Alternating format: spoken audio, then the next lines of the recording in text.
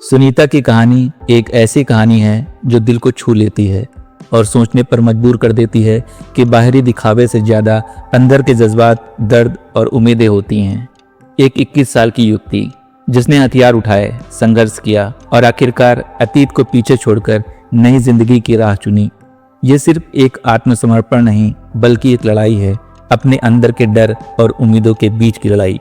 सुनीता की आंखों में वो सपने हैं जो हर उस युवक के सपने हो सकते हैं जिसके पास जीवन में बेहतर कुछ पाने के लिए चाह हो, लेकिन हालात उनकी बातों को सुनने को तैयार ना हो। उसकी कहानी हमें ये सिखाती है कि इंसान किसी भी परिस्थितियों में फंसा हो, उसकी बदलने की ताकत और सपने कभी खत्म नहीं होते। आइए जानते हैं इस लड़की की सोच जो नक्सल आंदोलन की कठोर दुनिया से निकलकर अपने जीवन में उजाले की तरफ बढ़ी। आप देख रहे हैं शैडो टेप। भारत में नक्सली आंदोलन एक ऐसा मुद्दा है जो कई दशकों से देश की आंतरिक सुरक्षा और समाज दोनों के लिए चुनौती बना हुआ है। इसकी शुरुआत साल 1967 में पश्चिम बंगाल के दार्जिलिंग जिले के एक छोटे से गांव नक्सलबाड़ी से हुई थी।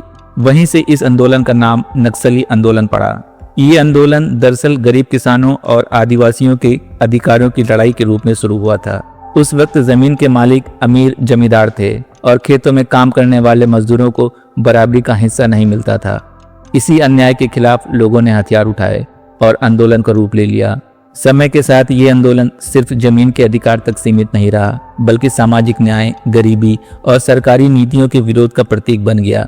नक्सली संगठन सरकार के खिलाफ सशस्त्र लड़ाई लड़ते हैं और उनका कहना है कि वे वांछित और दबे कुचले वर्गों के लिए न्याय की लड़ाई लड़ रहे हैं। उनका मकसद शासन व्यवस्था में बदलाव लाना और समाज में समानता स्थापित करना है, लेकिन उनकी हिंसक गतिविधियों के कारण ये आंदोलन धीरे धीरे एक सुरक्षा समस्या में बदल गया।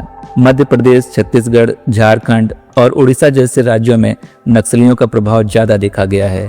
खासकर उन इलाकों में जहां घने जंगल और आदिवासी आबादी है, वहां नक्सली संगठनों को छिपने और फैलने का पूरा मौका मिलता है। इन इलाकों में गरीबी, शिक्षा की कमी और सरकारी सुविधाओं का न होना लोगों को नक्सली संगठनों की तरफ खींच लेता है। नक्सली इन लोगों को भरोसा दिलाते हैं कि वे इनके अधिकारों के लिए लड़ेंगे और एक जनवादी सरकार यानी पब्लिक गवर्नमेंट बनाएंगे।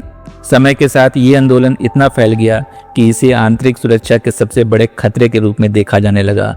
हालांकि सरकार ने इस समस्या से निपटने के लिए कई योजनाएं शुरू की, जैसे सड़क, स्कूल, अस्पताल और रोजगार के लिए अवसर बढ़ाना, ताकि लोगों को मुख्य धारा से जोड़ा जा सके। लेकिन अभी भी कई जगहों पर अविश्वास और असमानता बनी हुई है जो इस आंदोलन को पूरी तरह खत्म होने नहीं देती। नक्सली आंदोलन सिर्फ हथियारों की लड़ाई नहीं, बल्कि एक लंबे समय से चली आ रही सामाजिक और आर्थिक असामान्यता की कहानी है। अब बात करते हैं सुनीता की। सुनीता इस वक्त 21 साल की है, मध्य प्रदेश के बालाघाट जिले के रहने वाली है। मीडिया रिपोर्ट्स के अनुसार उसका जन्म और बचपन एक सामान्य ग्रामीण परिवार में बीता। परिवार की आर्थिक स्थिति बहुत अच्छी नहीं थी, लेकिन बहुत खराब भी नहीं कही जा सकती। उसके जीवन के शुरुआती साल गांव के माहौल में बीते, जहां विकास के अवसर सीमित थे। ऐसे माहौल में कई बार युवा गलत दिशा में चले जाते हैं, खासकर तब जब उनके पास शिक्षा, रोजगार या बेहतर जीवन के मौके न हों। शायद यही वजह रही कि सुनीता भी नक्सली आंदोलन की तरफ बढ़ी। बताया गया है कि उसने लगभग 2022 में, जब वो 18-19 साल की थी, नक्सली संगठन से जुड़ने का फैसला लिया। कुछ स्थानीय संपर्कों और विचारधारा से प्रभावित होकर वो इस रास्ते पर चल पड़ी। उसने अपने गांव से निकलकर आदिवासी इलाकों और जंगलों के रास्ते नक्सल संगठन तक पहुंच गई। वहां उसे ट्रेनिंग दी गई, जिसमें हथियार चलाने की कला, संगठन के नियम और राजनीतिक विचारधारा की शिक्षा शामिल थी। कुछ सालों में सुनीता ने संगठन में अपनी जगह बना ली। उसका पद एक एरिया कमेटी मेंबर, जो नक्सली संगठनों में एक अहम रैंक मानी जाती है। इस पद पर वही लोग होते हैं जो किसी खास क्षेत्र में नक्सली गतिविधियों की योजनाएं बनाते हैं, टीम को संभालते हैं और संगठन के आदेशों को लागू करते हैं। सुनीता लगभग 10 से 12 सदस्यों की टीम की लीडर थी। उसका काम सिर्फ हथियार चलाना नहीं था, बल्कि लोगों से संवाद करना, नए सदस्यों को जोड़ना और संगठन के कामों की निगरानी करना भी शामिल था। उसके ऊपर करीब 14 लाख रुपए का इनाम घोषित था, जो ये दिखाता है कि सुरक्षा एजेंसियों की नज़र में वो बड़े और खतरनाक सदस्य के रूप में देखी जाती थी। हालांकि उसके खिलाफ हुई कार्रवाई और अभियानों की कभी जानकारी सार्वजनिक नहीं की गई।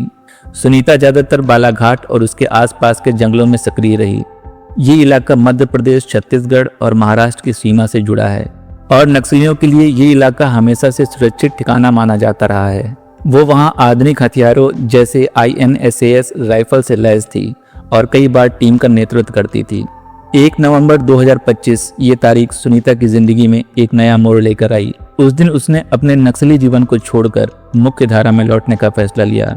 सुनीता ने मध्य प्रदेश के बालाघाट जिले में स्थानीय पुलिस के सामने जाकर अपने हथियार और गोला बारूद सौंप दिए। उसने अपनी INSAS राइफल, कई मैगजीन और अन्य सैन्य सामग्री पुलिस को सौंप दी। पुलिस के मुताबिक उसने सबसे पहले अपने हथियार जंगल में छिपाए थे और तय समय पर खुद को अधिकारियों के सामने पेश किया। पूरा आत्मसमर्पण शांतिपूर्ण ढंग से हुआ।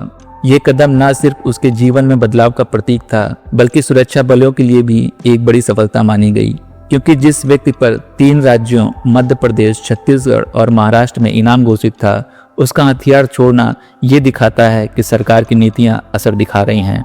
सुनीता का ये आत्मसमर्पण मध्य प्रदेश सरकार की नक्सली आत्मसमर्पण और पुनर्वास नीति 2023 के तहत हुआ। ये नीति उन लोगों को मुख्य धारा में वापस लाने की कोशिश करती है जो सशस्त्र संघर्ष में शामिल रहते हैं लेकिन सामान्य जीवन जीना चाहते हैं। सरकार की ये नीति 1997 की पुरानी नीति की जगह लाई गई है। इसका मकसद है जो भी नक्सली हथियार छोड़कर समाज में लौटना चाहता है उसे न सिर्फ माफ किया जाए बल्कि उसे नई शुरुआत करने का मौका भी दिया जाए। इस नीति के तहत आत्मसमर्पण करने वाले को आर्थिक मदद, शिक्षा, रोजगार, स्वास्थ्य सुविधाएं और सुरक्षा दी जाती है। सुनीता से एक सवाल है। सुनीता, आपने जब चौकी पहुंचे थे उसके बाद पुलिस का कैसा व्यवहार रहा आपके साथ? माँ जब चौकी से अंजी मत्ती नहीं कि पुलिस का निवा व्यवहार बहुत मत्ता है, सबको मत्ता है, बुरा मत्ता है। ये ACM रैंक की महिला है सुनीता, बीजापुर की रहने वाले हैं। ये कल चोरिया चौकी में आई थी और इन्होंने सरेंडर किया है। जो इनका वेपन है इंसास और 3 मैगजीन और अन्य चीज़ें भी आज हमने रिकॉर्ड कर ली हैं। और इससे एक तरह से जो बाकी लोगों में जो बाकी नक्सल काडर है उनका भी भरम दूर हो जाना चाहिए। किसी को भी किसी तरह की चिंता करने की जरूरत नहीं है। जैसे सुनीता ने आगे सरेंडर किया है ऐसे बाकी लोग भी सरेंडर करें, हम यही अपील करते हैं, पहले भी करते रहे हैं। और वो कहीं भी सरेंडर कर दें, किसी जनप्रतिनिधि के सामने या किसी भी सरकारी विभाग के अधिकारी कर्मचारी के सामने, और सबकी सुरक्षा का ध्यान रखा जाएगा। और अब तो वही जो हम बार बार कह रहे हैं, अब तो किसी को किसी तरह का शक होना ही नहीं चाहिए। जिला स्तर पर रिहेबिलिटेशन कमेटीज बनाई गईं जो हर आत्मसमर्पण करने वाले के मामले की जांच करती हैं और फिर पुनर्वास का रास्ता तय करती हैं। अगर किसी नक्सली के ऊपर इनाम है तो वो रकम भी उसके पुनर्वास पैकेज में शामिल की जाती है। सुनीता के मामले में बताया गया है कि उसे लगभग 35 लाख रुपए का पैकेज मिल सकता है, जिसमें उसका 14 लाख का इनाम भी जोड़ा जाएगा। इसके अलावा उसे शिक्षा, व्यावसायिक प्रशिक्षण और नौकरी के अवसर भी मिलेंगे। पुलिस और सुरक्षा बल इस पूरी प्रक्रिया में अहम भूमिका निभाते हैं। वे केवल न सिर्फ नक्सल प्रभावित इलाकों में अभियान चलाते हैं बल्कि विकास कार्य भी करते हैं, जैसे सड़कों का निर्माण, स्कूलों की स्थापना और स्वास्थ्य सेवाओं का विस्तार। इन सबके जरिए सरकार कोशिश कर रही है कि ये लोग फिर से हिंसा की राह न अपनाएं। सुनीता के आत्मसमर्पण का असर उसके क्षेत्र और पूरे नक्सली आंदोलन पर साफ दिखता है। उसका कदम न केवल व्यक्तिगत बदलाव है बल्कि दूसरे नक्सलियों के लिए एक संदेश भी है कि हथियार छोड़कर भी सम्मानजनक जीवन जिया जा सकता है।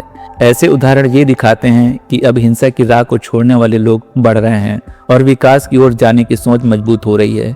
बालाघाट जैसे इलाकों में जहां सुनीता जैसी महिलाएं संगठन के अहम पदों पर थीं, उनके आत्मसमर्पण से नक्सलियों की पकड़ कमजोर पड़ी है। सुरक्षा बलों का मनोबल बढ़ता है और सरकार की विकास योजनाओं को लोगों का सहयोग मिलता है। ये भी दर्शाता है कि सरकार की रणनीति, जिसमें केवल गोली नहीं बल्कि रिहेबिलिटेशन और डेवलपमेंट को प्राथमिकता दी गई है, अब असर दिखाने लगी है। सुनीता का आत्मसमर्पण सिर्फ राजनीतिक या सुरक्षा से जुड़ा मामला नहीं है, इसके पीछे भावनात्मक सामाजिक पहलू भी है।